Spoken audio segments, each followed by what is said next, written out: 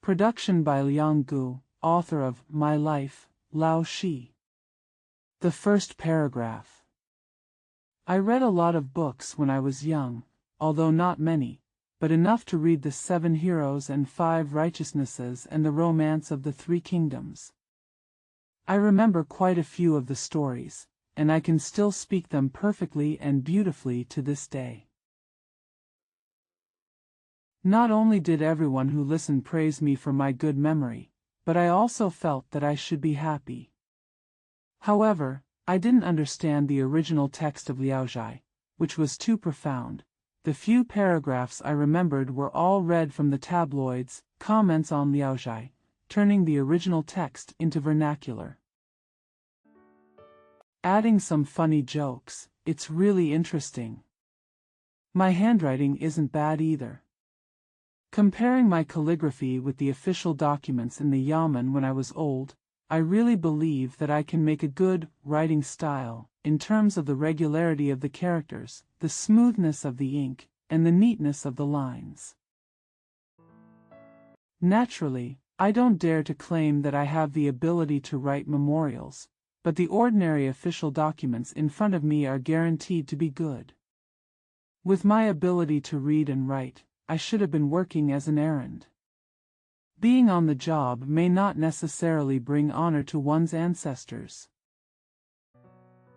but at least it's more respectable than doing anything else.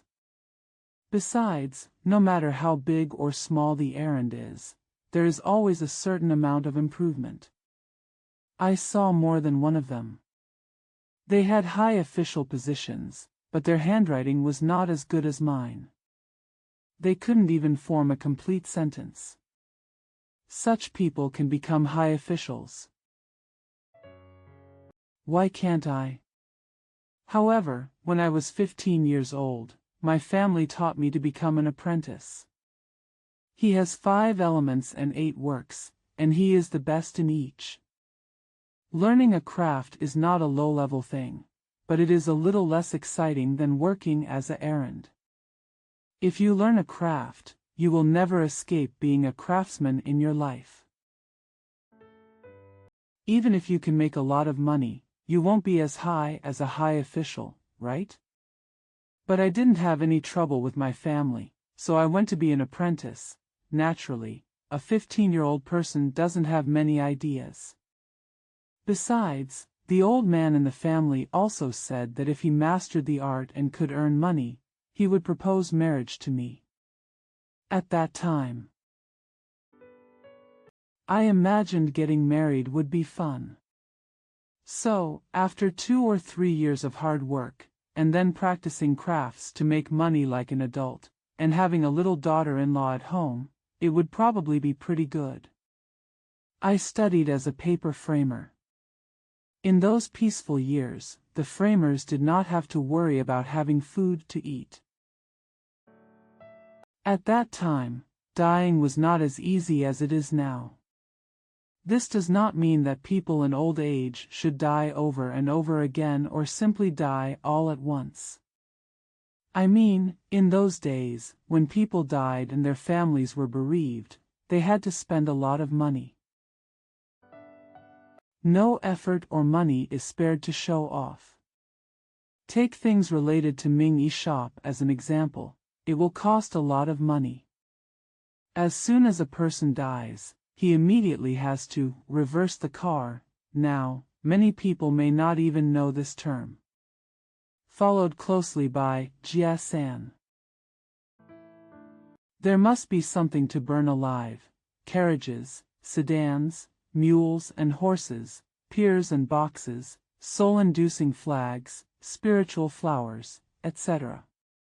If someone dies of confinement disease, they must also paste a cow and a chicken cover. When I rush to recite sutras on the 17th, I have to buy the storehouse, the gold and silver mountains, the ingots on the head of the ruler, the clothes of the 4 seasons, the flowers and plants of the 4 seasons, and the antiques and furnishings. Various wooden utensils. When it comes to the funeral, in addition to the paper pavilions and paper stands, there are many burning objects, and even if they don't work, they have to get a pair of children to hold them. Umbrellas were burned on May 7th, and ship bridges were burned on 60 days. It takes 60 days for a dead person to break away from us, the paper framers. During the year. If a dozen rich people die, we will have food and drink. Paper makers don't just serve the dead, we also serve the gods. In the early years, the gods were not as shabby as they are today. Take Mr. Guan as an example. In the early years, every June 24th, people will give him yellow flags, precious canopies, stable boys and horses, and 7-star banners. Now, almost no one cares about Guangdong anymore. When that smallpox breaks out, we have to be busy with the ladies again. The 9 empresses had to make 9 sedan chairs, 1 red horse and 1 yellow horse each.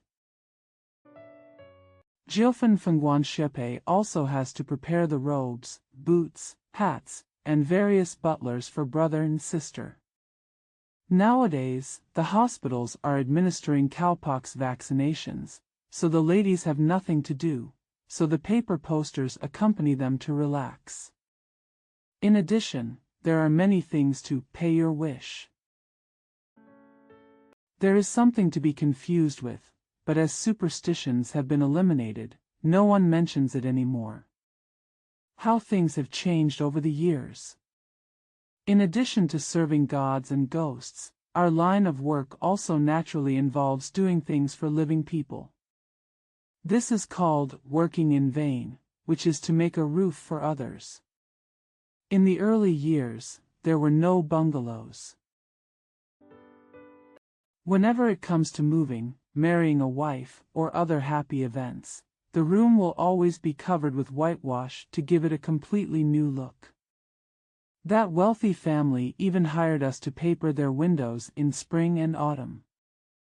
People are getting poorer day by day, and moving does not necessarily mean covering the roof.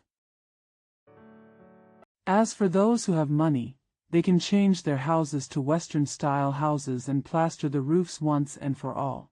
If their windows are changed to glass, there is no need to cover them with paper or gauze.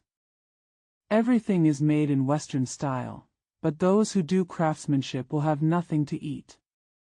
It's not that we don't work hard ourselves, foreign cars are in fashion. We just keep making foreign cars. When cars become popular, we just make cars. We know how to improve. But how many dead people come to cover up a foreign car or automobile?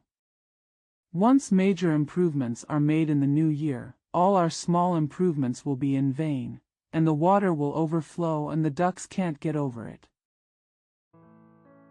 What can I do? Second paragraph. It was explained above, if I had always relied on that skill to eat, I would have starved to death long ago. However, although this skill cannot be used forever, 3 years of learning is not without great benefits. I will never be able to enjoy this benefit in my lifetime. I could quit this guy and go do something else. That benefit would always be with me.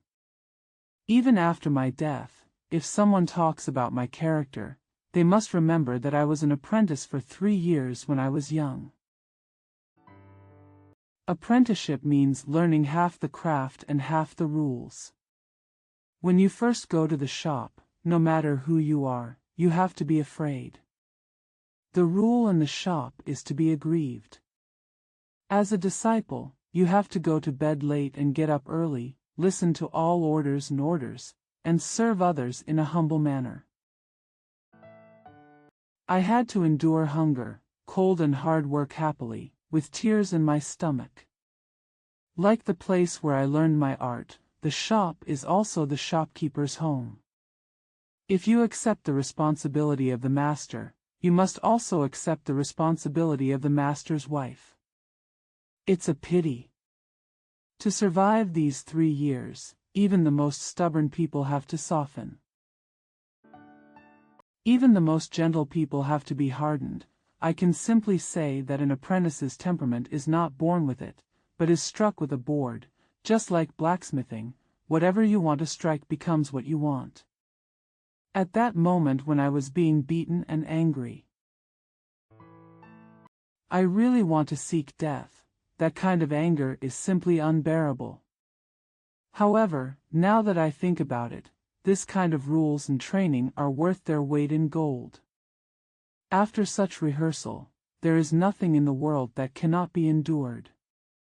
Just mention anything, for example, teach me to be a soldier, okay? I can be a very good soldier. The army's drills sometimes lasted for a while, but the apprentices did not have any rest time except sleeping. I can be a very good soldier. The army's drills sometimes lasted for a while, but the apprentices did not have any rest time except sleeping. I took the time to go out and take a nap while squatting, because it was time to catch up on night work. I could only sleep between 3 and 4 o'clock a day and a night. I can swallow a whole meal in one mouthful. As soon as I picked up the rice bowl, I would be greeted by either the master or the mistress. And listen carefully to how the master discusses work and bargains. What should I do if I don't swallow the meal whole? This kind of rehearsal has taught me that I can stand firm no matter what adversity I encounter, and still be kind on the outside. People who read books, as far as I am ignorant, will never understand this. Nowadays, there are sports meets in foreign schools. When students run 2 laps, it feels like they have made a great contribution. Drink. He was being supported, held, slapped with fire wine on his thigh, lost his temper, and even rode in a car. How can such a young man know what rules are and what rehearsal is? Looking back, the hardships I suffered have laid the foundation for me to work hard without complaint. I will never be idle, and I will never lose my temper or act awkward when I work. I can suffer like the soldiers, and the soldiers we can't be as kind as me.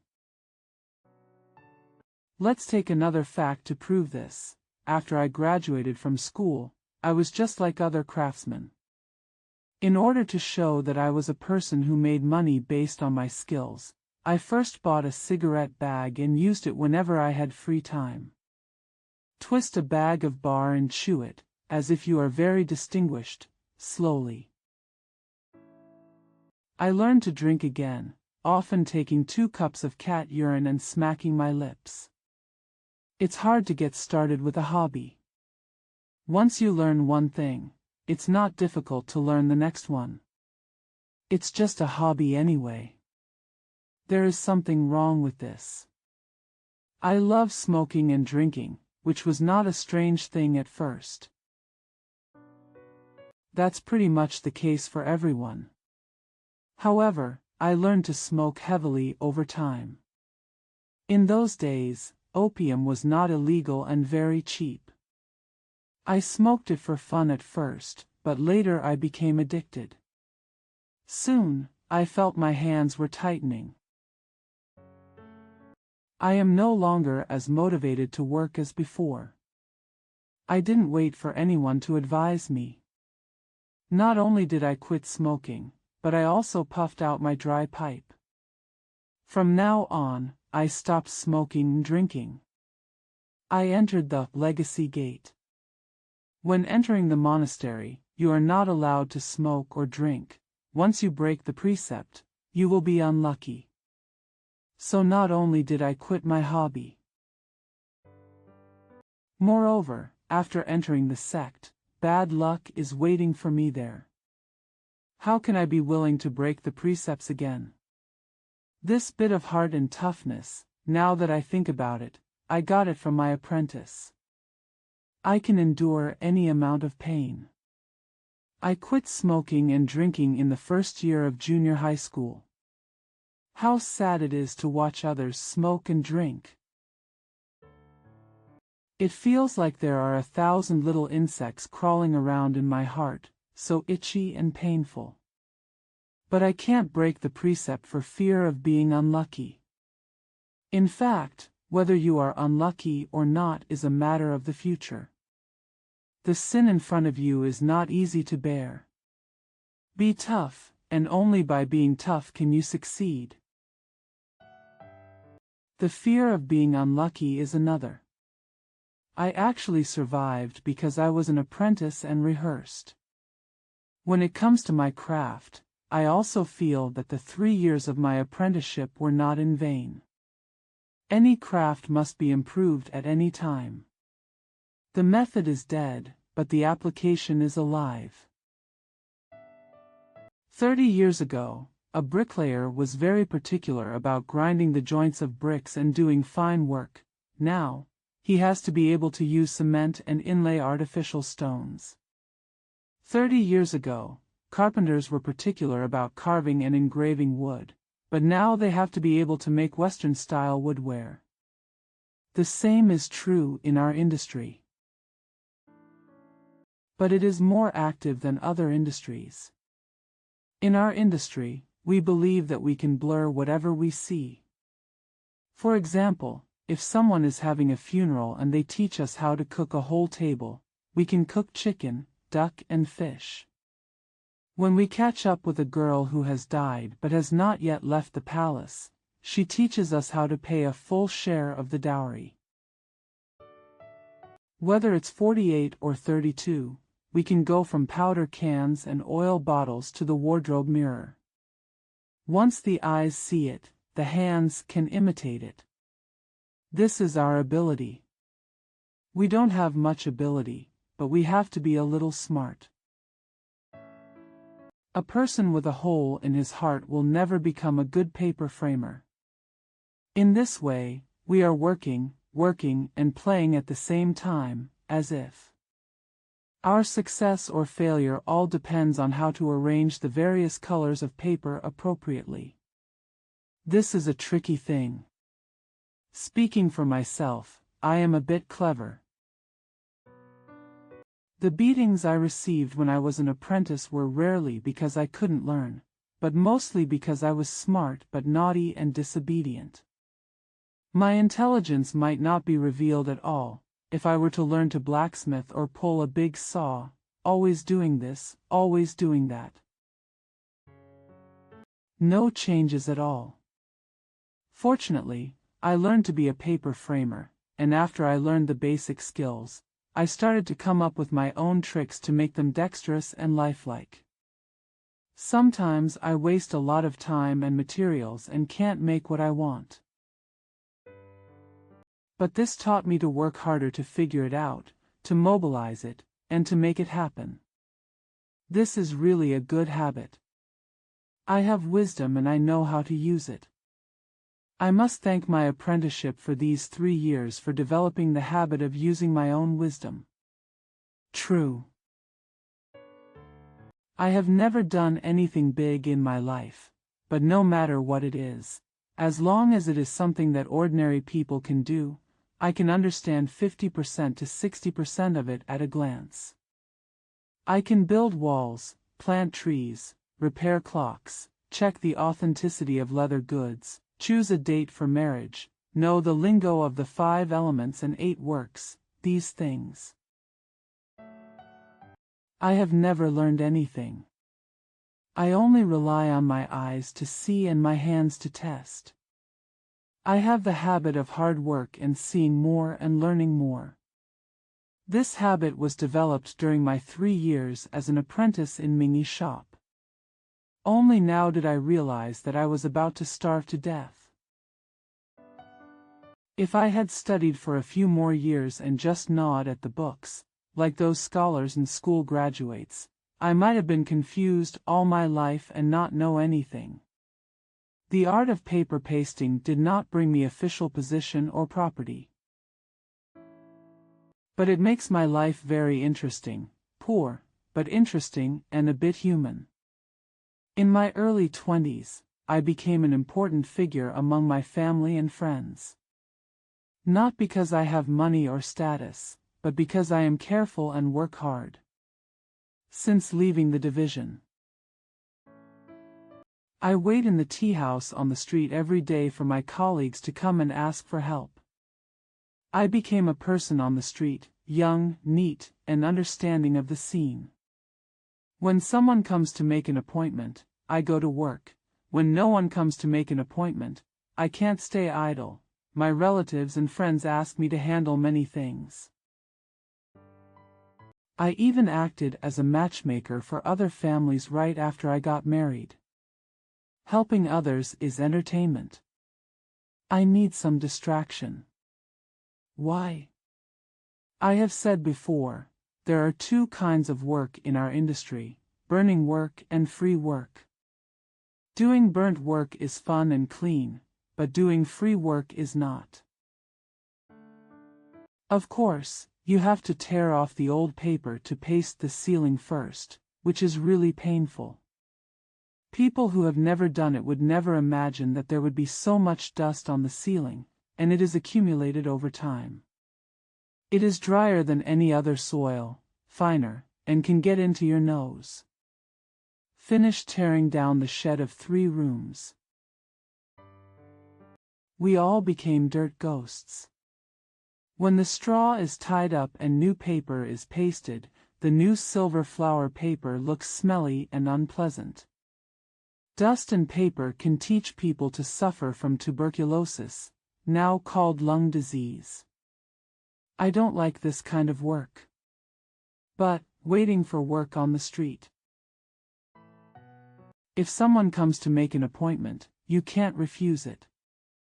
You have to do whatever work you have. When doing this kind of work, I almost always cut paper and hand it over to apply paste, so that I don't have to handle, and I can work with my head down and eat less dirt. Even so, I have to be covered in ashes. My nose also has to be like a chimney. After working for so many days, would like to do something else and change. Well, if any relatives or friends ask me to do something, I will be happy to help. Besides, let's do burning work or free work.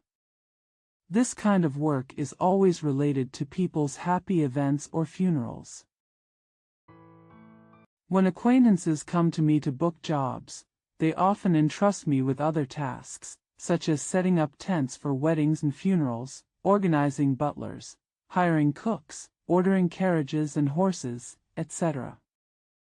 I gradually found the joy in these things, and I knew how to find clever ways to do things beautifully for my relatives and friends and save some money at the same time.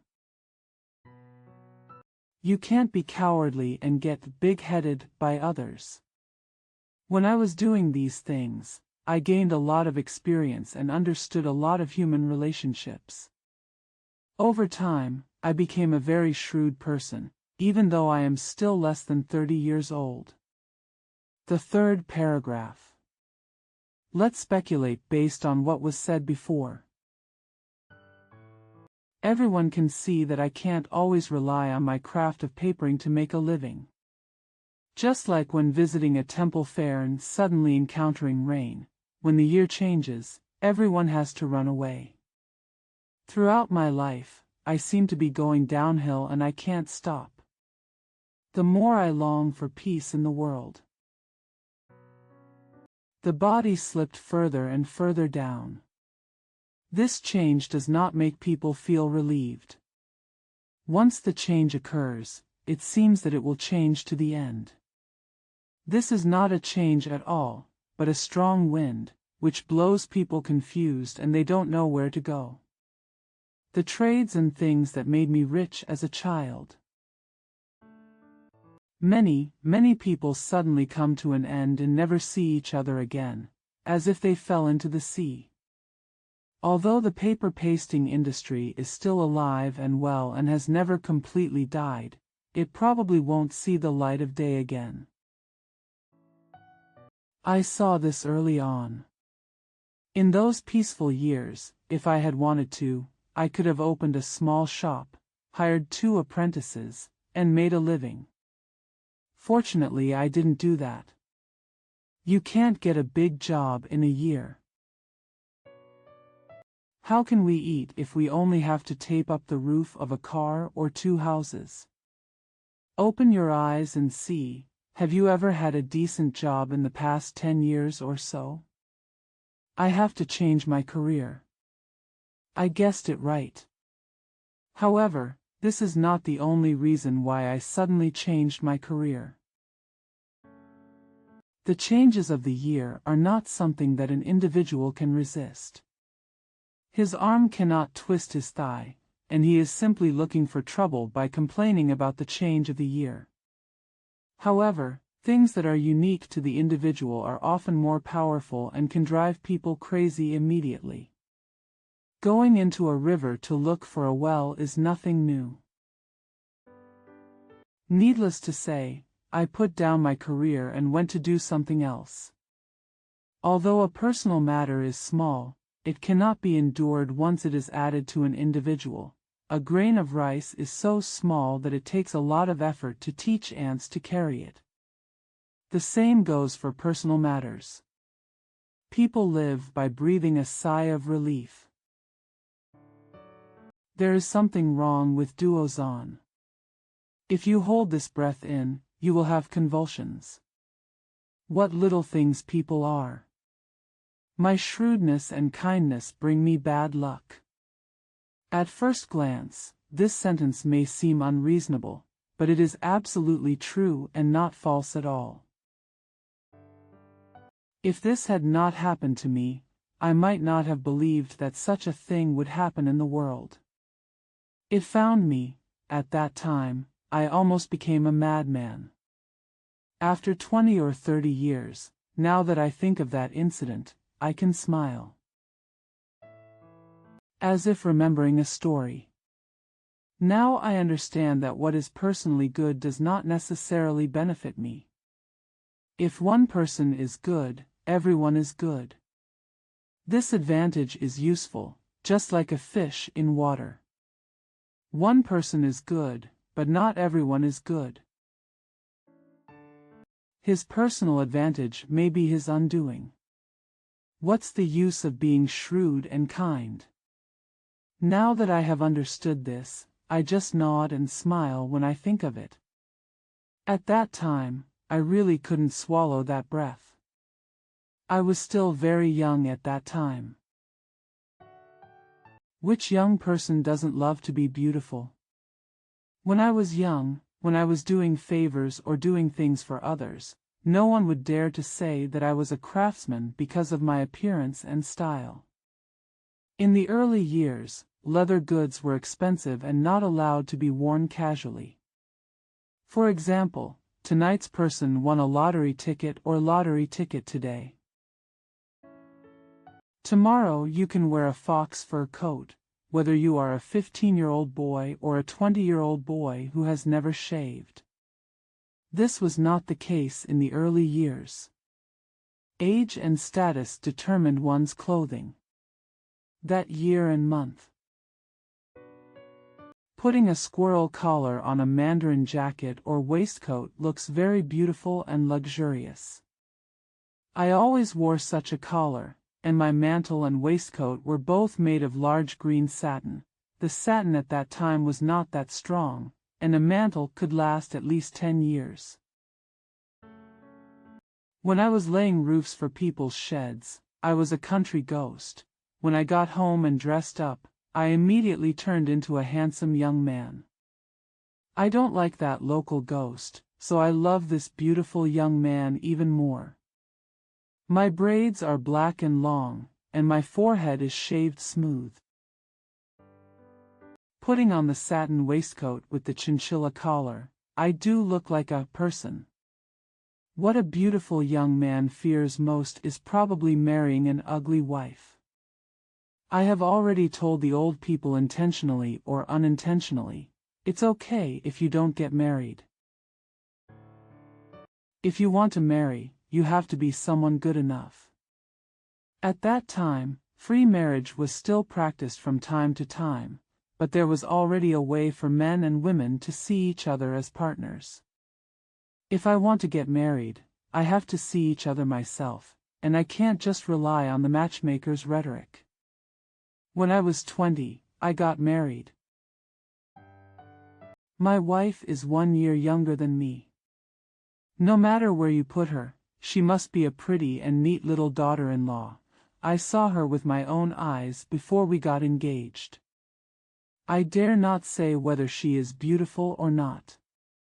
I say she is pretty and neat, because these 4 words are my criteria for choosing a wife. If she wasn't qualified enough for these 4 words, would never have nodded. In these 4 words, you can see what kind of person I am. At that time, I was young, beautiful, and quick at work, so I must not have a wife who was as stupid as a cow. It cannot be said that this marriage is not a match made in heaven. We are both young, neat, and short. In front of our relatives and friends, we are like a pair of light tops, spinning in all directions, making the older people smile like flowers in their eyes. The 2 of us competed to show off our personal tact and eloquence in front of everyone, and we were always competitive, just to get people to praise us as the most promising young couple. Praise from others has increased our respect and love for each other, and it's quite a bit like a hero cherishing a hero. A good man loves his strength.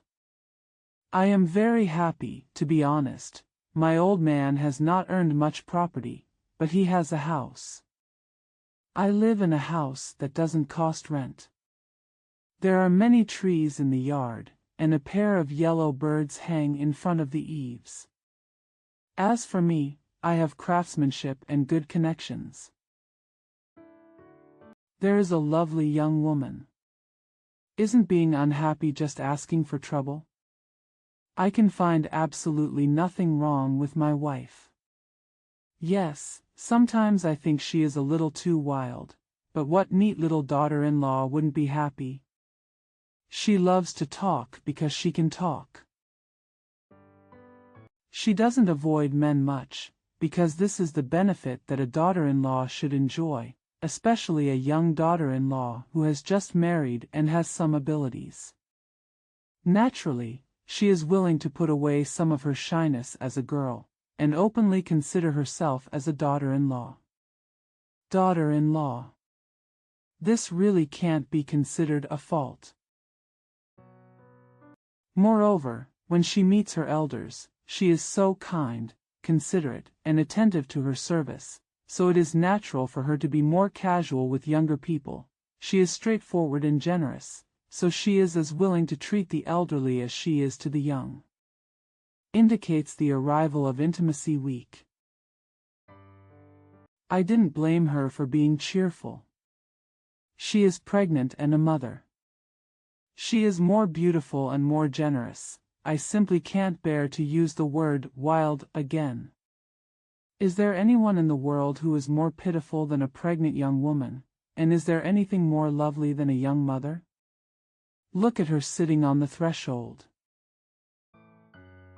By exposing my breasts and feeding the little baby, I could only love her more, but I couldn't think of scolding her for being so unruly.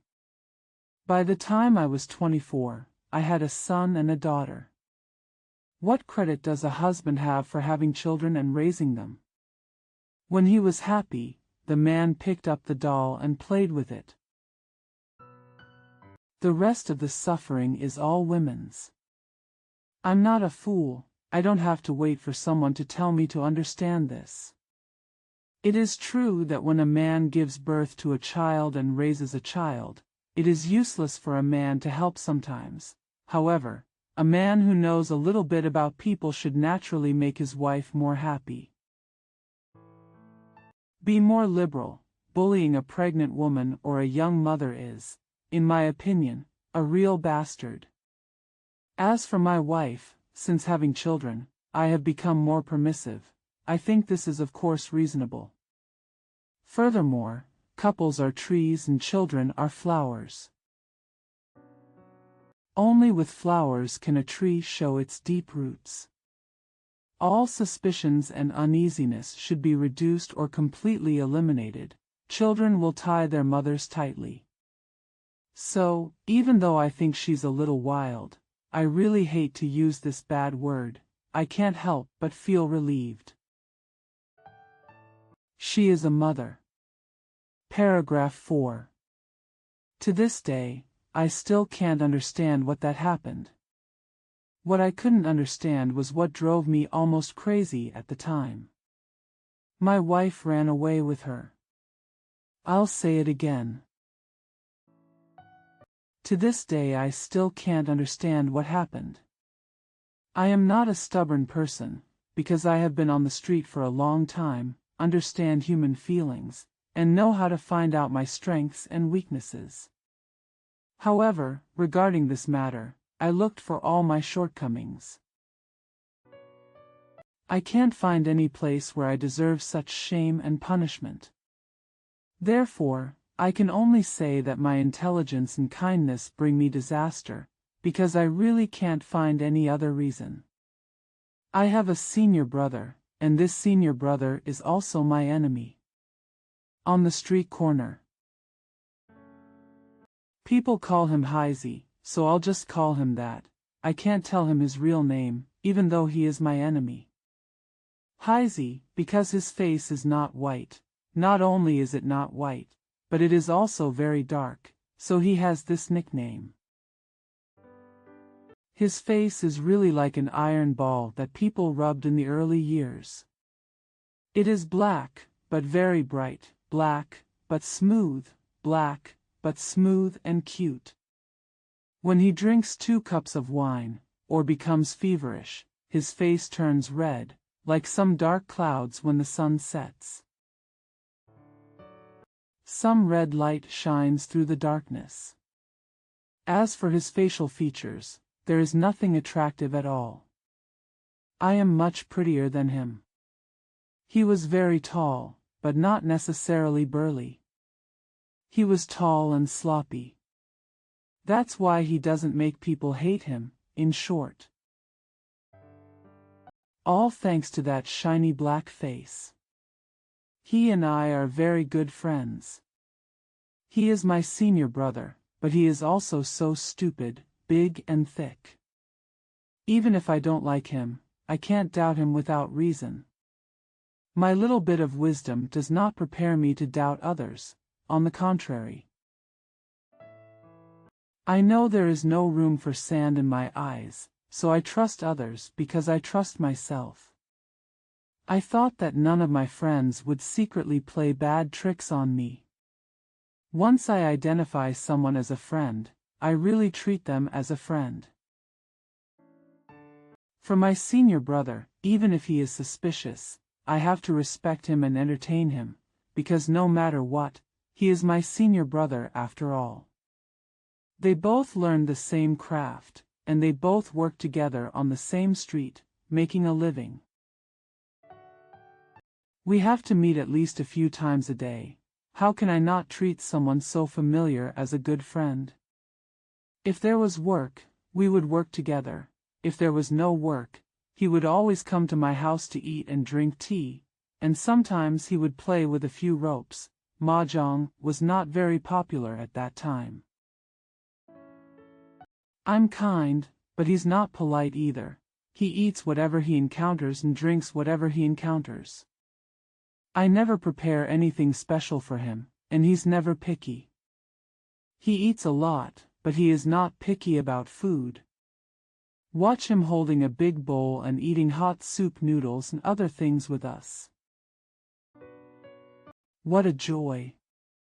He was sweating all over his neck after eating, his mouth was slurping loudly, and his face was getting redder and redder, until it slowly turned into a big, half-red briquette. Who can say that such a person could have any evil intentions? Woolen cloth. Come and go. I can see from everyone's eyes that the world is not very peaceful. However, I didn't take it seriously. If I were a stupid person with only one mind, would probably not ignore the wind or rain about this kind of thing, and immediately cause chaos in the world.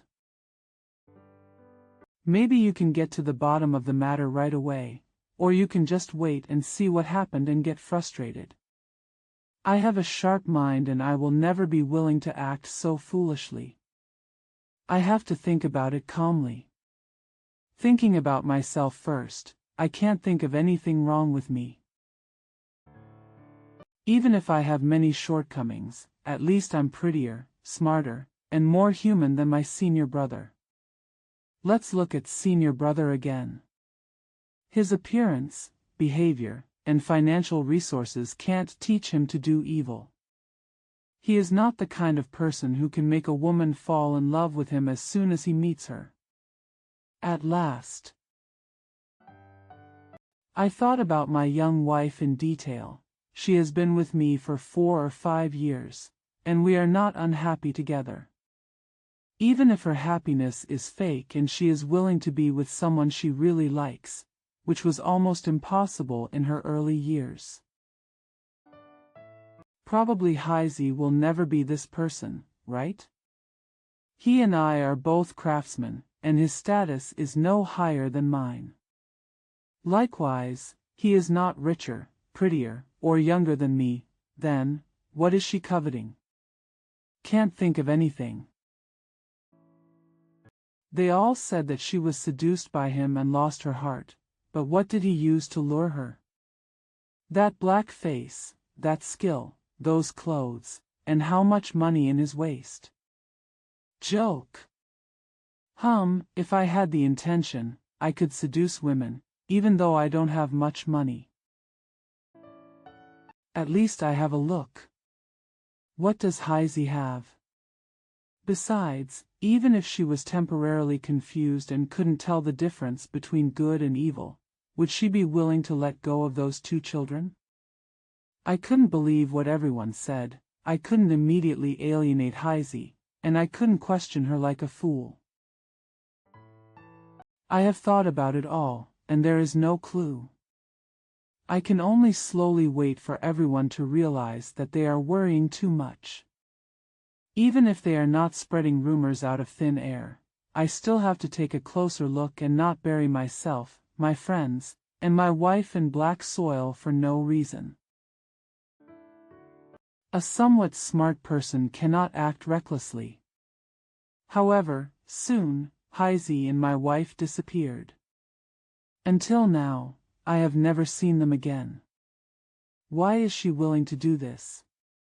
I wouldn't understand unless I see her and let her tell the truth.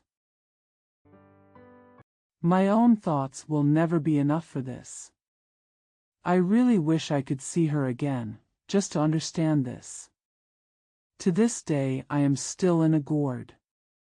I don't need to elaborate on how sad I was at that time. No one can think of a young and beautiful person. How sad it is to guard 2 motherless children at home. How embarrassing it is for a smart and well-behaved person on the street when his dearest wife runs away with his senior brother. People who sympathize with me have nothing to say, and people who don't know me have nothing to say when they hear this. He would never blame my senior brother, but would always call me a bastard.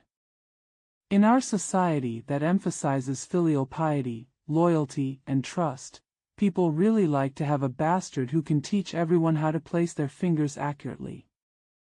My mouth is closed and my teeth are clenched.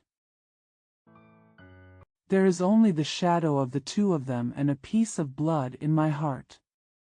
There is no need to teach me to see them. I will just cut them with a knife, and there is no need to say anything else. At that time, I just wanted to risk my life to feel a little human. Now, so many years have passed. I can think carefully about the role this matter has played in my life. My mouth was not idle. I asked for news about Heisey everywhere. It's no use, they both seem to be lost in the sea. I couldn't find any definite information, so my anger slowly dissipated. Oddly enough, once the anger subsided, I felt pity for my wife. Heise is just a craftsman, and this kind of craftsmanship can only be found in the big cities around Beijing and Tianjin. There is no need to pay attention to cooking in the countryside. So, if they escape far away, what would he do to support her? If he was willing to steal his good friend's wife, wouldn't he sell her? This fear often goes around in my heart.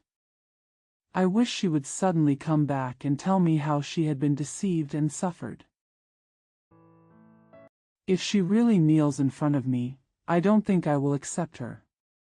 A beloved woman will always be beloved, no matter what wrong things she has done. She didn't come back, and there was no news. I hated her for a while, and pitied her for a while, thinking wildly. Sometimes I can't sleep all night. After more than a year, my random thoughts have become much lighter. Yes, I can't forget her in this life, but I don't think about her anymore. I admit that this is an absolutely true fact. No need to worry about it. What happened to me? This is what I want to say, because this thing that I can never guess is really a huge thing in my life. This thing is like losing my dearest person in a dream, as soon as I open my eyes. She literally ran away without a trace. This dream was incomprehensible, but its realness was unbearable to anyone. A person who has had such a dream, even if he does not become a madman, has to change greatly. He has lost half his life. Paragraph 5. Initial. I didn't even want to leave the house because I was afraid of seeing the bright and warm sun. The most embarrassing thing was going out on the street for the first time. I walked openly with my head held high. Someone might say that I was born without shame. Walking with your head down is admitting that your back is weak. Nothing is right. I have a clear conscience and have never done anything sorry to anyone. I broke the habit and started smoking and drinking again. What is unlucky? What could be more unlucky than losing your wife? I don't ask people to pity me, and I don't deliberately play tricks on anyone. I smoked and drank alone, keeping my grievances in my heart. Nothing can eliminate superstition better than unexpected disasters. Before, I didn't dare to offend any gods. Now, I don't believe in anything, not even living Buddhas. Superstitious, I sucked it out. It is to hope for some unexpected benefits. When you encounter unexpected difficulties, you will not expect anything, and naturally you will not be superstitious. I burned the niches of the god of wealth and the kitchen god, which I had made with my own hands. Many people among my relatives and friends say that I have become an idiot. I won't kowtow to anyone who is worth 2 cents or 3 cents. If people are unreliable, gods are even less reliable. I didn't become a depressed person. This kind of thing could make people worry to death, but I didn't dig into the dead cow's horns. I'm a lively person, okay? If I'm going to survive, I have to keep my lively spirit. It is true that unexpected disasters can often suddenly change a person's habits and temperament, but I decided to maintain my liveliness. I smoke, drink, and no longer believe in gods or Buddhas. But they are all ways to make me lively. No matter whether I am really happy or fake, I am happy. I knew this trick when I was learning the art, and after this change, I have to do it even more. Now, I'm starving, but I'm still smiling. Even I can't tell whether it's a real smile or a fake smile. Anyway, I laugh, and am still talking about it. From that incident until now, I have always been a useful and enthusiastic person, but there was a void in my heart. This hole was left by that unfortunate incident, like a small hole in the wall after a bullet was hit. I am useful, I am enthusiastic, and I love to help others. However, unfortunately, if things do not work out for me, or unexpected problems arise, I am not anxious or angry. Because there is a space in my heart. This time will teach me to be calm when I am extremely enthusiastic, and a little sad when I am extremely happy. My laughter often meets tears, and I can't tell which is which. These are all changes in my heart. If I don't say it myself. Naturally, even I can't say it completely, probably others can't guess it. There have also been changes in my life, which everyone can see. I have changed my profession and am no longer a paper framer. I have no shame in going to the streets to wait for business. Those who travel with me, and those who know me, will also know Heisey. All they had to do was look at me a few more times before I could no longer swallow my food. In those days when newspapers were not yet popular, people's eyes were more powerful than the news. Nowadays, if you want to get divorced, you can go to the Yamen and explain it clearly. In the early years, matters between men and women could not be so casual. I put down all my friends in the same industry, and even my master and my wife were too lazy to look at me. I seem to be jumping from this world to another. In this way, I feel that I can keep the matter in my mind alone.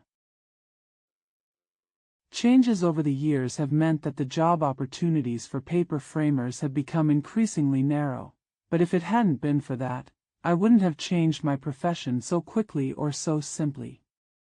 It's no pity to give up my craft, but if I give up my craft like this, I won't be grateful for that thing. Anyway. I changed careers, it was an obvious change. Deciding to give up my craft didn't mean I knew exactly what I should do. I have to bump around, like an empty ship floating on the water, with the waves as its compass. I have said before that I know Chinese characters and can also copy and write. It's enough for a small errand. Besides, being an errand is a decent thing. If I, who lost my wife, could become an errand, it goes without saying that my reputation would be somewhat restored. Now that I think about it, this idea is kind of ridiculous. At the time, I sincerely believed this was the wisest approach.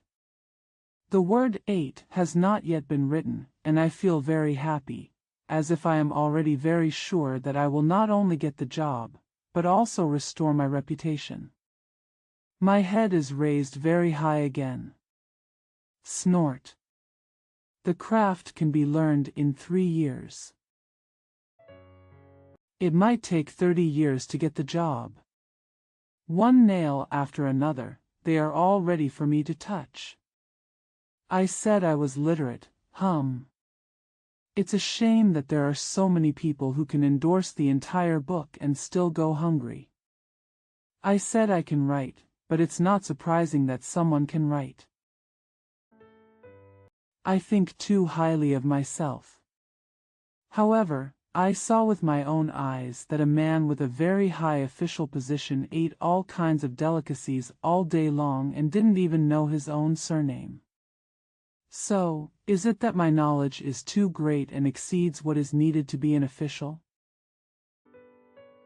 Even a smart person like me can't help but be obviously confused. Slowly, I understood. It turns out that errands are not prepared for the talented. If you want to be the #1 official, you need someone.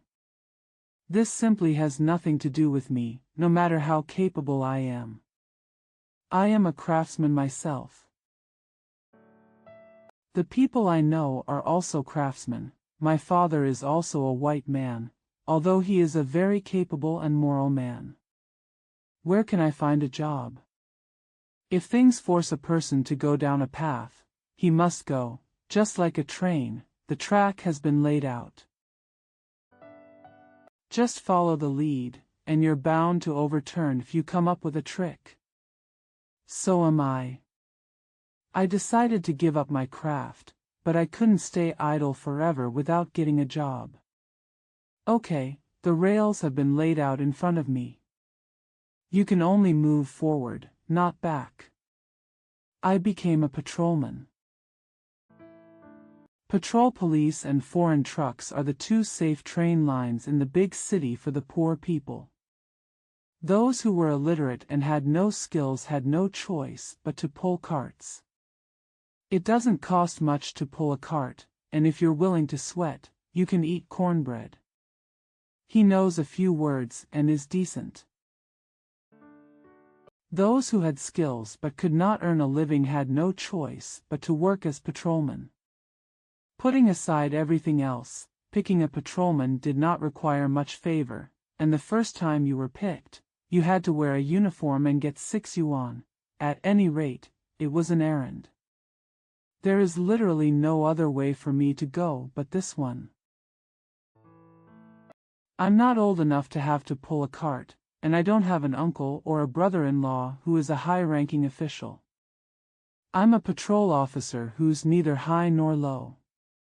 As long as I'm willing, I can wear a uniform with brass buttons. Being a soldier is better than being a patrolman, even if you can't make it to the officer level. At least there would be a chance to rob something. However, I can't join the army. I still have 2 motherless children at home. To be a soldier is to be wild, to be a patrolman is to be civilized.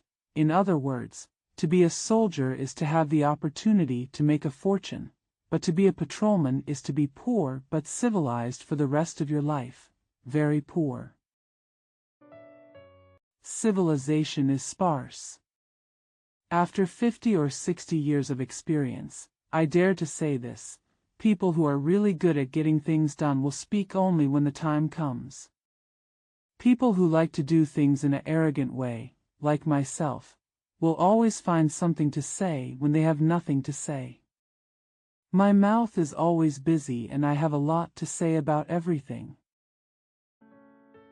I want to give everyone an appropriate nickname. I received retribution. The first thing was that I lost my wife and had my mouth sealed for a year or 2. The second thing is that I became a patrol officer.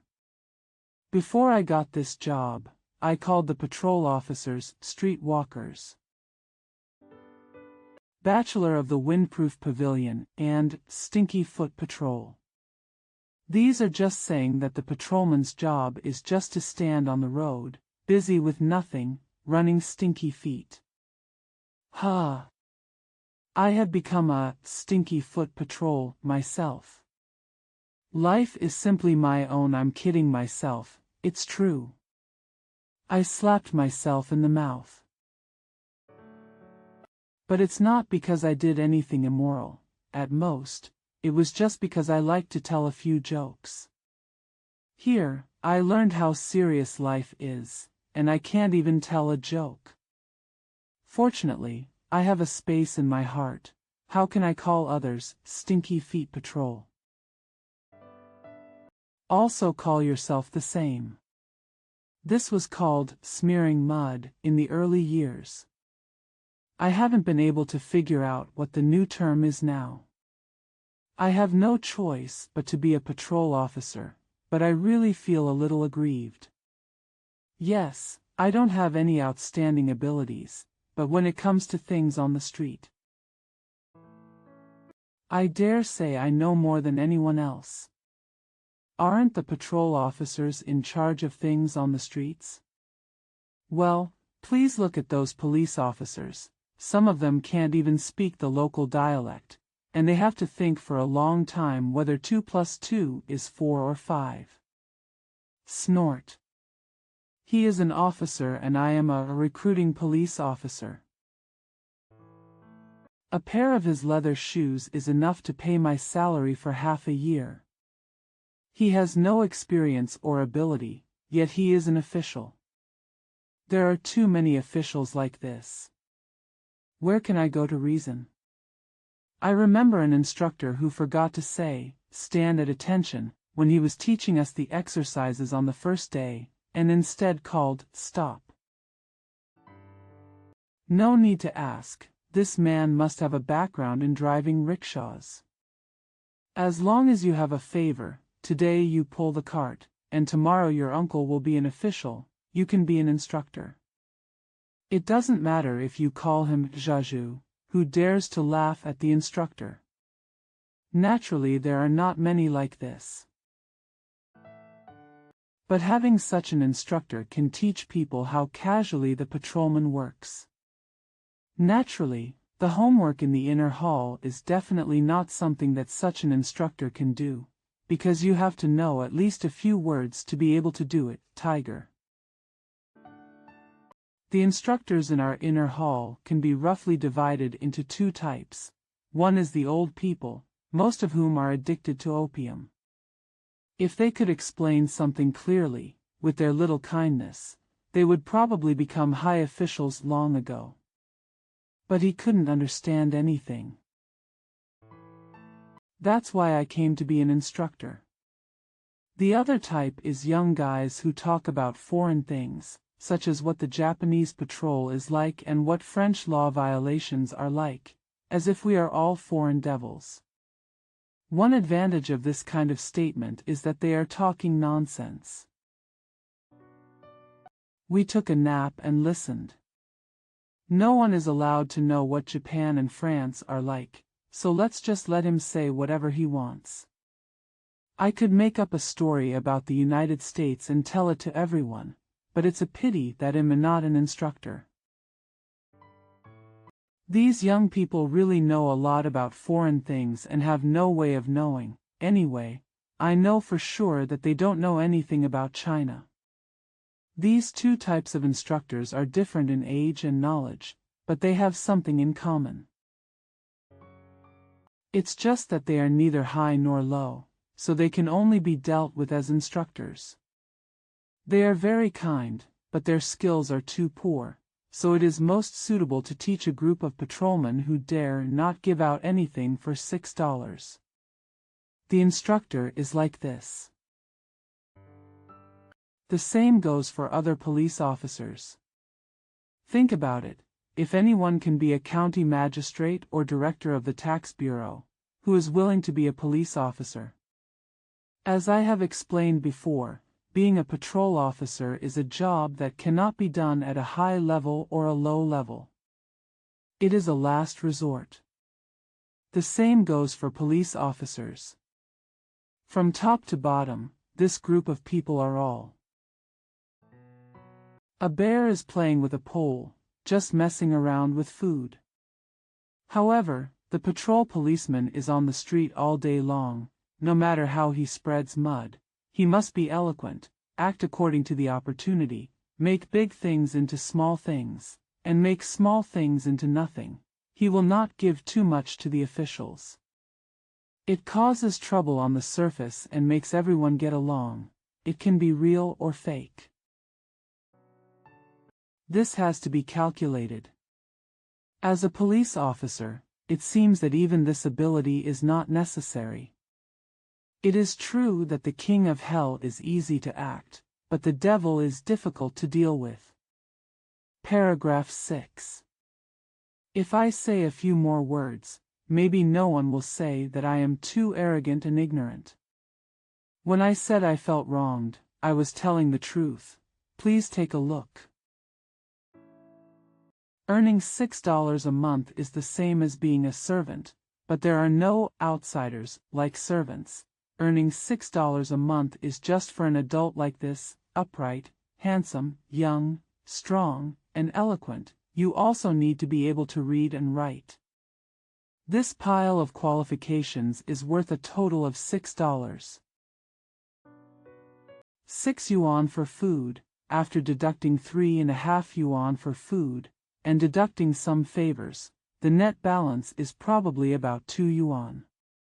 Of course, you can wear official clothes, but when it comes to rest, who is willing to go home in uniform, then?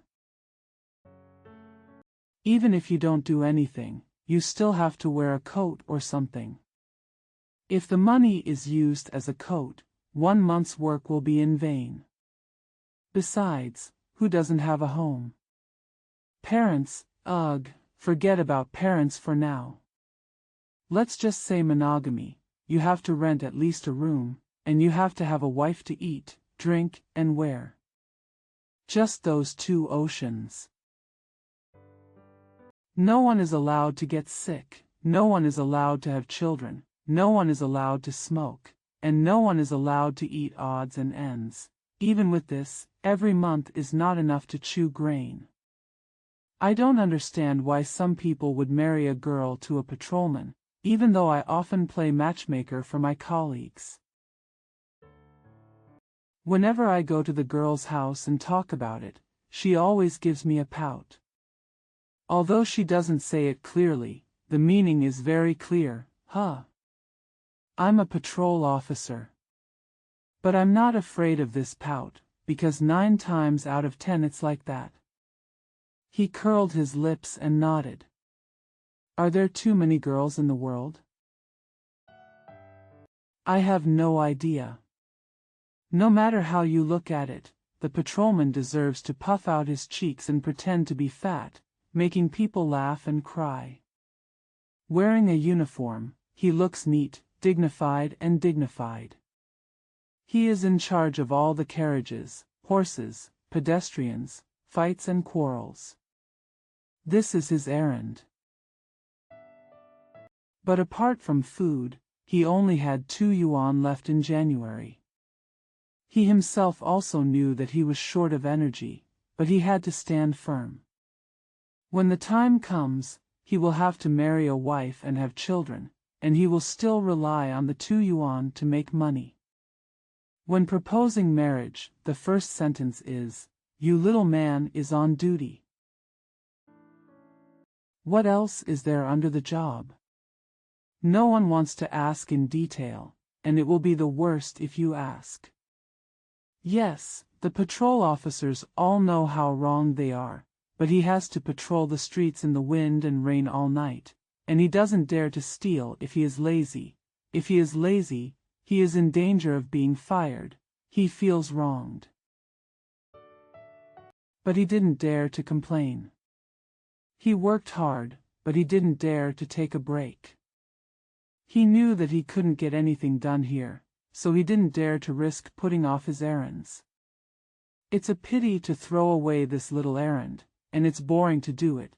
These people are just like human beings, just living one day at a time. When you are feeling weak, you need to show your strength, just like doing Tai Chi. Why should this kind of errand exist in the world, and why are there so many people willing to do this kind of errand? I can't figure it out. What if I were reborn as a human being in my next life and forgot to drink the ecstasy soup? Still remembering what happened in this life, I must tear my neck out and shout, "This thing is completely embarrassing, deceiving, and killing without blood." Now, I am old and starving to death. I don't even bother to shout these few words. I have to be busy with the next meal first. Naturally, when I first started working, I didn't understand all of this clearly at once, and no one was that smart. On the contrary, I felt a little happy as soon as I started working as an errand. I put on a neat uniform, boots, and hat. Indeed, I looked pretty and energetic, and I said in my heart, "Well or not, this is an errand. With my intelligence and ability, I will be promoted soon." I paid close attention to the bronze stars and gold medals on the uniforms of the patrol officers, and imagined that I could do the same in the future. It never occurred to me that the Bronze Star and the Golden Path were not awarded to people based on their intelligence and ability. As soon as the novelty wore off, I already hated that uniform. It does not teach anyone respect, but can only tell people, the stinky foot patrol is coming. The person holding the uniform said. It is also very annoying. In summer, it is like cowhide, making people stifled with stinking sweat. In winter, it does not look like cowhide at all, but more like paper. It does not allow anyone to wear more clothes inside. I had no choice but to let the strong wind get in through my chest and out through my back. A whole haul. Look at that pair of leather shoes again. It's cold in winter and hot in summer, and your feet never feel comfortable for a while. When you wear single socks, they look like two big baskets, and your toes and heels are scratching in them, and you can never find where the shoes are. When it's time to wear cotton socks, they suddenly became very tight and did not allow the cotton socks to go in together with the feet. I don't know how many people have made a fortune by arranging uniforms and leather shoes. I only know that my feet are always rotten.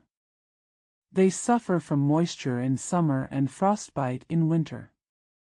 Naturally, even with rotten feet, he has to patrol the streets and stand guard as usual. Otherwise, don't make that $6. No matter how hot or cold it is, others can find a place to hide. Even the rickshaw driver can rest freely for half a day. The patrolman has to patrol the streets and stand guard. He deserves to die from the heat or the freezing. That 6 yuan is now available for buying in the ocean. It's your life. I remember seeing this sentence somewhere. If you don't have enough food, you don't have enough strength. No matter what this sentence is about in its original place, there is nothing wrong with using it to describe the patrol police. The most pitiful and ridiculous thing is that we don't have enough to eat, but we still have to hold on. You have to look good standing on the street. The beggar Hanako sometimes bends over even though he is not hungry, pretending to be hungry for 3 days and 3 nights. On the other hand, the patrolman has to bulge his belly even though he is not full, pretending to have just eaten 3 large bowls of shredded chicken noodles. It makes sense for Hanako to pretend to be hungry. I just can't think of any reason for the patrolman to pretend to be drunk and well-fed. I just think it's ridiculous. People were dissatisfied with the patrol police's handling of the matter and wiped the slate clean. Snort. The mud has its own reasons. However, before elaborating on this truth, let me begin by telling you something very terrible. With this terrible incident, it seems more comfortable and vivid for me to go back and elaborate on the reasons. Good. That's it. Paragraph 7. There should be a moon, but it was covered by dark clouds and it was dark everywhere. I'm on patrol at night in a secluded place. My shoes were nailed with iron palms. At that time, every patrolman was required to carry a Japanese sword. There was total silence. Listening to the sound of my own iron palms and sword, I felt lonely, bored, and almost a little scared. A cat suddenly ran past me, or I heard a bird chirping suddenly, which made me feel uncomfortable. I forced myself to straighten my chest, but my heart was always empty, as if some unfortunate thing was waiting for me ahead. Not exactly afraid. It's not like he was completely angry and courageous, but he was so angry that he felt a little cold sweat on his palms. On weekdays, I am quite courageous. It is nothing like guarding a dead body or guarding a dirty house alone. I don't know why I felt so timid that night. The more I wanted to laugh at myself, the more I felt that there might be some danger hidden somewhere. I couldn't help but walk faster, but I eagerly wanted to go back as soon as possible, to the place where there were lights and friends. Suddenly, I heard a row of guns. I'm determined. On the contrary, I became more courageous. Real danger seemed to cure my timidity, and uncertainty was the root of fear. I listened like a night horse pricking up his ears. Another row of guns, another row of guns. There was no sound. I waited and listened. The silence was embarrassing. My heart beats fast like seeing lightning and waiting for thunder. Shoot, shoot, shoot, shoot, it was heard from all directions. My courage gradually dropped again. A row of guns makes me strong. There are too many gunshots, and I am really in danger. I am a human being, and people are afraid of death. I suddenly started running, ran for a few steps, and then stood up suddenly. I heard the gunshots getting thicker and thicker. I couldn't see anything. It was dark everywhere, and there were only gunshots. I don't know why, I don't know where, there was only the sound of gunshots in the darkness. I was alone, listening to gunshots in the distance. Where to run? What is going on? You should think about it, but don't think about it. It's useless to be bold. If you don't have an idea, you won't have courage. It's better to run. Moving around aimlessly is better than standing still and trembling. I ran wildly, holding the saber tightly in my hand. Like frightened cats and dogs, they ran home without even thinking. I have forgotten that I am a patrolman. I have to go home first to see my motherless child. If I die, I will die in one place. To get home, I have to cross several streets. As soon as I reached the first street, I knew I wouldn't be able to run anymore. There are shadows of people on the street in the dark. Run very fast, shooting as you go. Soldier. I know those are braided soldiers. And I just had my hair cut not long ago. I regret that I didn't tie my hair up like others, but actually cut off the braids at the roots. If only I could let go of my braids right now. Although these soldiers usually hate the patrol police, they don't point their guns at me because I have braids. In their eyes, those who don't have pigtails are just a fool and deserve to be killed. I no longer have such a treasure. I didn't dare to move anymore, so I could only hide in the shadows and watch what happened.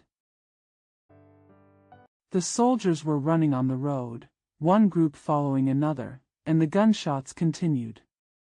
I don't know what they are doing. After a while, it seemed that the soldiers had all passed. I poked my head out and saw that there was no movement outside. I flew across the road like a night bird. Got to the other side of the street. While crossing the road very quickly, there was a little red light at the end of my eyes. There was a fire on the cross street. I was still hiding in the shadow. Soon, the fire illuminated the area from a distance. I looked out again. I could already vaguely see the crossroads. All the shops at the corners were on fire, and the soldiers in the fire's shadow were running back and forth, firing their guns. I get it, this is a mutiny. Soon, there were more fires, one after another.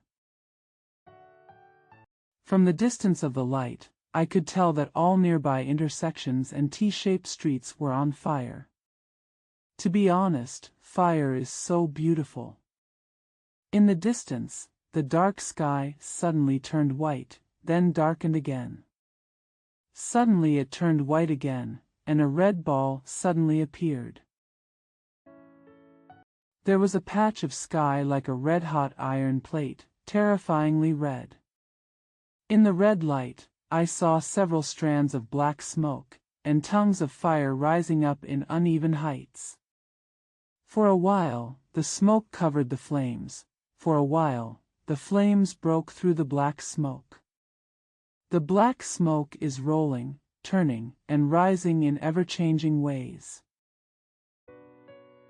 They condensed into one piece, covering the firelight below, like thick fog covering the sunset. After a while, the fire became brighter and the smoke turned gray-white, pure and blazing. There were not many flames, but the light formed into one piece, illuminating half the sky. Nearby, there were various sounds in the smoke and fire. The smoke rises to high places, and the fire rushes in all directions. The smoke is like some ugly black dragons, and the fire is like some red iron bamboo shoots that grow in disorder. The smoke wraps around the fire, and the fire wraps up the smoke. It rolls up as high as it can, and suddenly disperses. Countless sparks fall from the black smoke, or 3 or 5 huge fireballs. Sparks and fireballs fell. The smoke seemed to be lighter, rolling upwards. The fireball descended, met the fire pillar below in mid-air, and jumped up with joy, exploding countless sparks. When the fireball falls far away, and when it encounters something that can burn, a new fire is lit, and the new smoke covers the old fire. It turned into darkness for a moment. The new fire burst out of black smoke and became one with the old fire. There were tongues of fire and pillars of fire everywhere, flying, spitting, swaying and going crazy. Suddenly there was a crash, and a building fell down.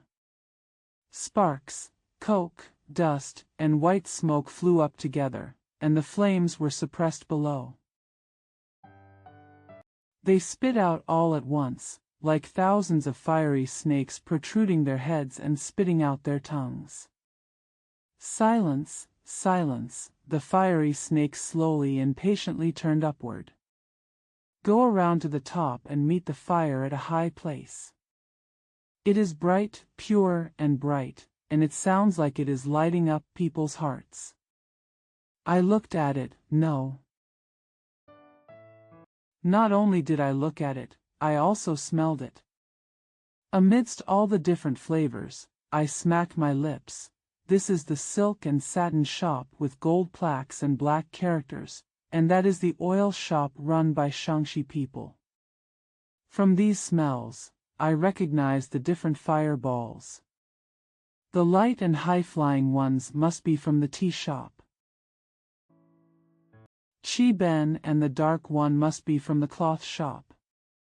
None of these businesses are mine, but I recognize them all. Smelling the smell of their cremation and watching the rise and fall of their fireballs, I can't tell you how sad I feel. I looked, smelled, felt sad, and forgot my own danger. I seemed like an ignorant child, just watching the fun and forgetting everything else. My teeth were chattering loudly, not because I was afraid, but because I was moved by the strange beauty. There was no hope of returning home. I don't know how many soldiers there are on the street. But judging from the lights everywhere, they were probably at the busy street corners. Their purpose was to rob, but they had burned so many shops along the way, so why not just beat and kill some people for fun? In their eyes, I, a patrolman with a haircut, was no more than a bedbug. He only had to grab the gun and it was over. It didn't take much effort.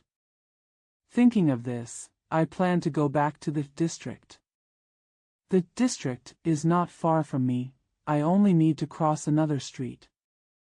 However, even this is too late. When the gunfire first started, every house, including the poor and the rich, closed its doors. Apart from the rampant soldiers, the streets became a dead city. When the fire started, people in the shops began to run around in the shadow of the fire, and the bolder ones stood by the street. Seeing their own or other people's shops burning, no one dared to put out the fire, but they couldn't bear to walk away and just watched the flames roaring without saying a word. The more timid ones scrambled to hide in the alleys, hiding in small groups in the alleys and peeking their heads into the street from time to time. No one said anything, everyone was trembling. The fire grew stronger and stronger, and the gunshots gradually became less frequent. The residents in the alley seemed to have guessed what was going on. First, someone opened the door and looked out, and then someone tried to walk to the street. On the street, there were only figures in the light of fire. There were no patrols, so the pawn shops and jewelry stores that had been robbed by the soldiers all had their doors open. Such a market makes people fearful, but it also teaches them to be bold. A street without patrolmen is like a school without a teacher. No matter how honest the children are, they have to make a fuss. Every house opens its doors, and there are more people on the street. The shops have already been robbed, so go ahead and rob them.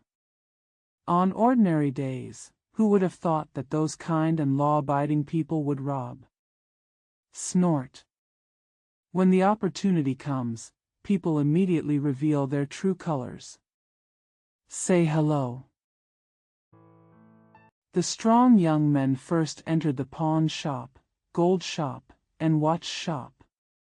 The men went back once and came out the second time with women and children. Naturally, there is no need to bother with the shop that was robbed by the soldiers, just go in and take whatever you want.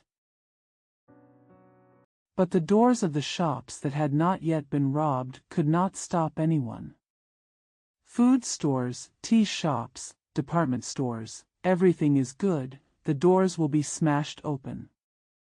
I have only seen such great excitement once in my life. Men, women, old and children, shouting and running wildly. Crowding, quarreling, banging on doors, shouting, chattering.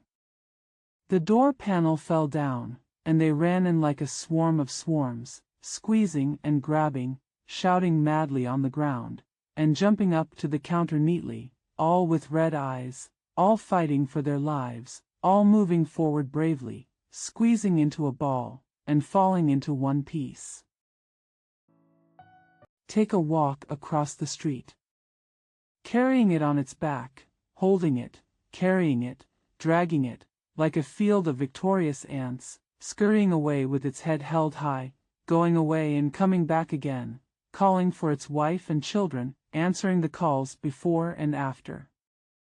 Of course the bitter man came out, hum. The middle-class families are not far behind.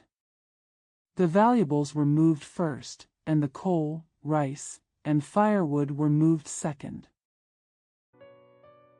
Some were carrying the whole jar of sesame oil, and some were carrying 2 bags of noodles alone. Bottles and jars were broken all over the street, and rice and noodles were scattered all over the sidewalk. Grab it. Grab it. Grab it. Everyone hates that they only have one pair of hands, and everyone thinks that their legs and feet are too slow. Some people can push a jar of sugar. The man and the altar were rolling on the ground, like a dung beetle pushing a big ball of dung. The strongest will always have the best, and people use their brains everywhere. Someone took out a kitchen knife and stood at the entrance of the alley waiting. Put it down. The knife shook. Put down your pockets or clothes. Take them home safely and effortlessly. Lay down. It didn't work. The knife went down and cut open the dough bag. It snowed for a while, and the two of them rolled into a ball. The passerby walked away quickly and said casually, "What are you hitting?" "There are plenty of things." The two of them understood, stood up and ran towards the street. Grab, grab. There are lots of things. I squeezed into the middle of a group of traders, hiding in the shadows. I didn't say anything. They seemed to understand my difficulties very well. They didn't say a word and surrounded me tightly. Not to mention that I am still a patrolman, even they who buy and sell people dare not raise their heads. They are unable to protect their property and goods. Anyone who dares to resist will risk his life. The soldiers have guns, and the people also have kitchen knives. Yes, they lowered their heads as if they were ashamed. They are afraid of the people who robbed them. That is to say, they usually take care of their masters.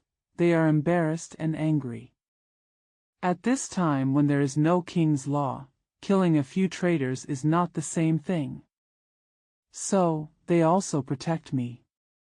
Come to think of it, the residents in this area probably don't know me. I come here every 2 days to patrol. On weekdays, when they urinate at the base of the wall, would annoy them and step forward to interfere. How could they not hate me? Now everyone is happily taking things for free. If they meet me, they will each give me a brick. I won't be able to survive. Even if they don't recognize me, I'm still wearing a uniform and a Japanese sword. In this situation, it is so inappropriate for a patrolman to pop out without warning. I could have gone up and apologized, saying that I shouldn't have been so rash. Can they spare me for free? The streets suddenly became quieter, and people on the sidewalk ran into the alley one after another. There were scattered soldiers walking on the road, all walking very slowly. I took off my hat and looked out over the shoulder of an apprentice. Saw a soldier. He was holding a bunch of things in his hand, like a bunch of crabs. I can think of it as a gold and silver bracelet. I don't know how many things he had on him, but he must have a lot of hard stuff because he walked very slowly. How natural, how enviable. Naturally. Carrying a string of bracelets, they walked slowly in the center of the road. There were brightly lit shops using huge torches, lighting up the whole city for them. After the soldiers passed, people came out of the alley again. Almost all the things had been snatched, and everyone started to move the door panels of the shop. Some went to pick off the plaques on the doors. I often see the word thorough in newspapers. Our good citizens are truly thorough when they fight and rob. At this time, the people in the shop came forward and shouted, "Put out the fire! Put out the fire! Don't wait to burn it out!" It's so loud that people will cry when they hear it. People around me started to move. What should I do? If they all go to put out the fire, where will I, the patrolman, go? I caught a butcher. He took off the big shirt that was full of lard to me. Put the hat under the leg socket. Holding the saber in one hand and grabbing my lapels with the other, I scraped against the wall and fled back to that area. Paragraph 8. I didn't rob it. What they robbed was not my property. It could be said that this matter had nothing to do with me. But I saw it. That's it. What do you understand? I wouldn't say it simply, appropriately, in half a sentence. I understood something, and it almost changed my temper a little bit. Losing a wife is something that can never be forgotten, but now it has a companion. I will never forget this mutiny. Losing my wife is my own business. I just need to keep it in my heart. There is no need to involve all family and national affairs.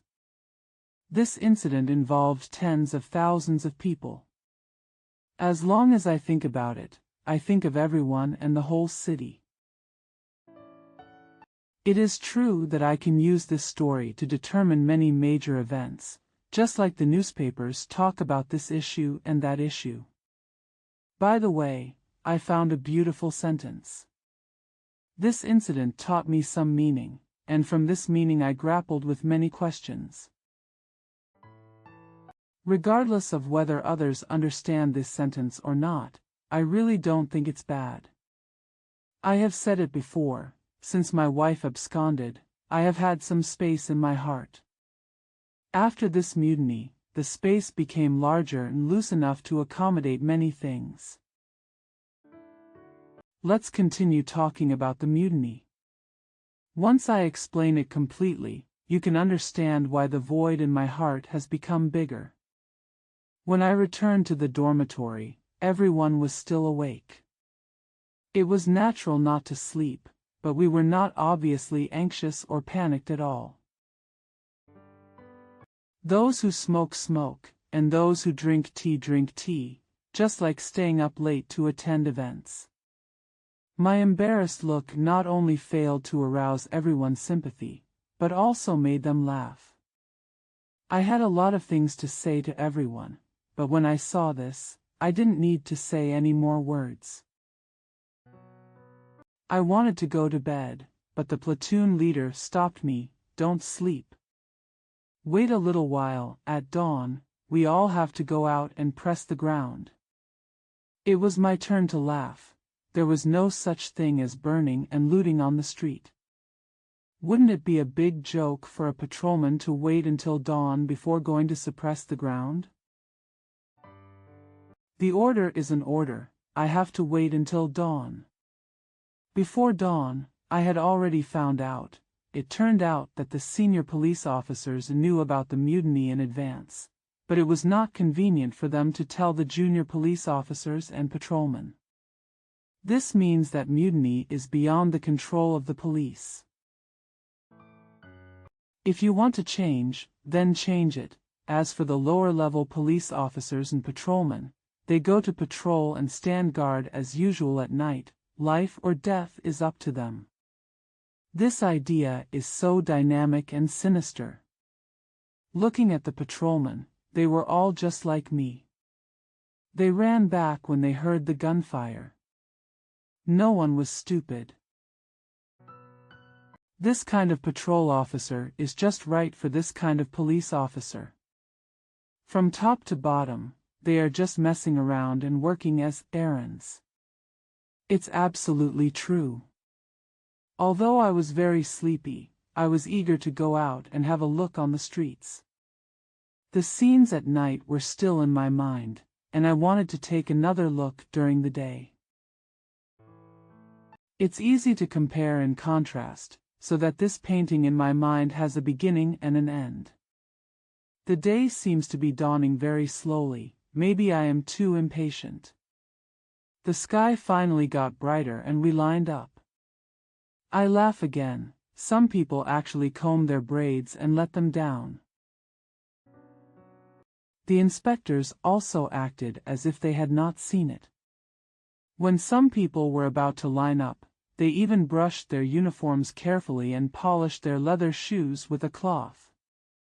There was so much damage on the street, but some people even bothered to polish their shoes. How could I not laugh? When I got to the street, I couldn't laugh no matter what. In the past, I didn't really understand what misery meant, but now I really do. There are still a few big stars in the sky that are too lazy to go down. The clouds are slightly blue in the gray, cool and dim. There was a burnt smell everywhere, and some white smoke was swimming in the air. All shops have their doors open. There was not a single window, and both the adults and the young disciples were sitting or standing at the door. No one made a sound or moved to clean up anything, like a group of silly sheep without a master. The fire has stopped burning, but white smoke is still rising quietly from the burned areas. Breathing out small, bright flames. When the breeze blew, the charred pillars suddenly lit up again, and some small fire flags were spread out in the wind. The first few houses that caught fire have become several huge piles of scorched earth. The gables have not fallen down, and they are surrounded by several empty tombs that are smoking. The last burned areas were still standing, and the walls in front had not collapsed, but the doors and windows were all burnt out, leaving some black holes. There was a cat sitting in front of such a house, sneezing repeatedly due to the smoke, but still refused to leave. The most lively and respectable street intersection on weekdays has turned into a piece of charred wood and broken tiles. Groups of scorched pillars stand quietly, east, west, north and south. They are lazy, boring, and can't stop smoking. What is hell like? I have no idea. That's probably about it. I lowered my head. I remembered the scene on the streets in the past, how gorgeous and lovely those decent shops were. When I looked up, there was only a burnt patch in front of me. The scene I remembered in my heart suddenly collided with what I saw before my eyes, causing me to shed some tears. This is called miserable, right? Outside the fire scene, many traders and apprentices stood blankly, with their hands in their sleeves, staring at the remaining fire. When they met us, they only gave us a faint look without any other expression, as if they were hopeless and no longer needed to express any emotion. After passing the fire scene in this area, all the shops had their doors and windows open, and there was no movement at all. The sidewalk and the road were full of broken things, which was even more miserable than the fire scene. The appearance of the fire scene made it obvious at a glance that it was a fire. This fragmented and silent area of shops and things is puzzling. I don't know why the bustling market suddenly turned into a huge garbage dump. I was assigned to stand guard here. What is my responsibility? Have no idea. I stood there calmly. I didn't even dare to move. This shabby street seemed to have a cold air sucking me in. Some women and children were still picking up some broken things outside the shop. The people in the shop were silent, so I couldn't pay attention to them. I felt that standing there was simply unnecessary. When the sun came out, the streets became noticeably more shabby, as ugly as a beggar in the sun. Every small object on the ground has its own color and shape. It's so fancy and strange that it's so messy that it's suffocating. There is no one selling vegetables, rushing to the morning market, or selling breakfast snacks. There was not a single foreign car or a horse, and the entire street was so shabby and deserted. Even the sun that had just risen seemed to be downcast and unmotivated, hanging hollow in the sky. A postman walked past me, his head lowered.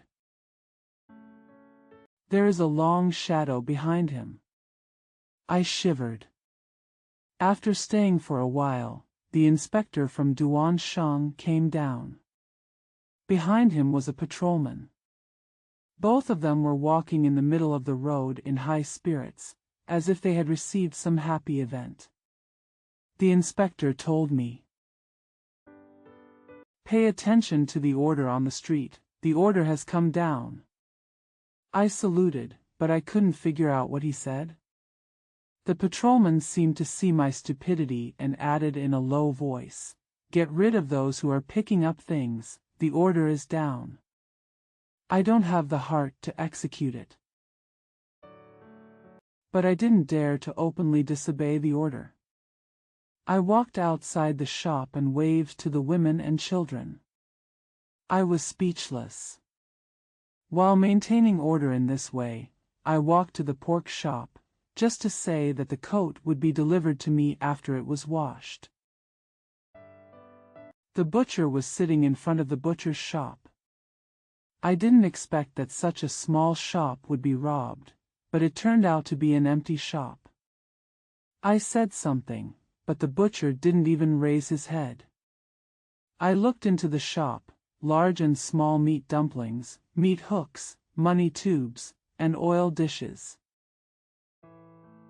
Everything that could be taken away was taken away, leaving only the counter and the earthen platform. Everything that could be taken away was taken away, leaving only the counter and the earthen platform where the meat cases were placed. I returned to my post with a splitting headache. Holding the token of execution on the spot, all guns were equipped with bayonets. Vomit. It turns out he is still a braided soldier. After they looted and burned them, they came out to execute others on the spot. What kind of thing was this? I still have to salute the token. After saluting, I quickly looked around. Check to see if anyone else is picking up bits and pieces so you can give them a warning. The people who had even moved the butcher's wooden pillars were not worthy of sympathy, but being killed by the braided soldiers seemed too unjust. It's too late to say it, but it's soon. A boy of 14 or 15 years old did not escape. Spears surrounded him, and he still held a piece of wood and an old shoe in his hands. It was pulled down, the machete was revealed, and the child shouted, "Mom!" The blood spattered far away, the body was still twitching, and the head was already hanging on the telephone pole. I didn't even have the strength to spit, and the world turned upside down before my eyes. I have seen murder, but I am not afraid. I am unfair. I am unfair. Please remember this sentence. This is what I said before. I see something interesting. Think about it. He took the whole bunch of gold and silver bracelets back to the camp, then came out to kill a child who had lost a pair of broken shoes, and said he was rectifying the FA on the spot. The world must have this FA, my mother-in-law times FA. Please forgive me for being so wild, but this kind of thing is probably not very civilized, right? Afterwards, I heard people say that this mutiny had some political effect, so the soldiers who fought and looted came out to suppress the ground afterwards. From beginning to end, everything was planned in advance. What political role? We don't understand. We just want to curse again. However, just because we are such a stinky foot patrol. What's the use of swearing? Paragraph 9. I simply don't want to mention this anymore, but to keep things in perspective, I have to raise the issue. If I raise it here, there are plenty of people smarter than me, so let them figure it out for themselves. How can it be political? Is there a mutiny? If there was an intention to recruit soldiers to rob, why did we need to patrol the area in the first place? What exactly does a patrol officer do? Are they just urinating on the street and not caring about grabbing shops? If the people of Anshan know how to rob, why would the patrol officers only hunt for thieves? Do people want patrol officers or not? Don't want to. Why do you call the police when a fight is about to start? And why do you go out to collect police donations every month? Do it. Why do you like the patrol police to be indifferent? If you want to rob, you will rob, but if you are robbed, you will not say a word. Well, I will only propose a few looks. There are still many questions. Since I can't solve it, I can't talk about it anymore.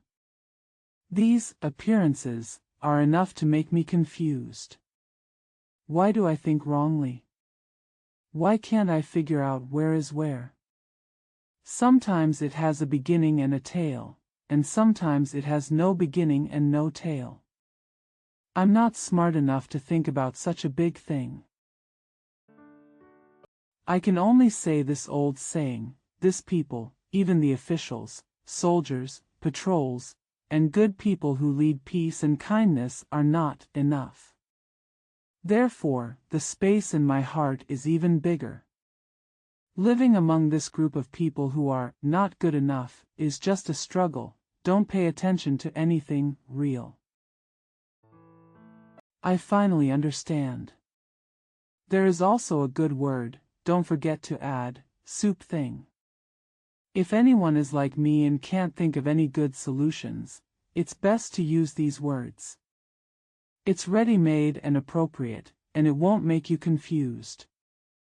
The soup thing is over. If you still think it's a little bald, it's quite appropriate.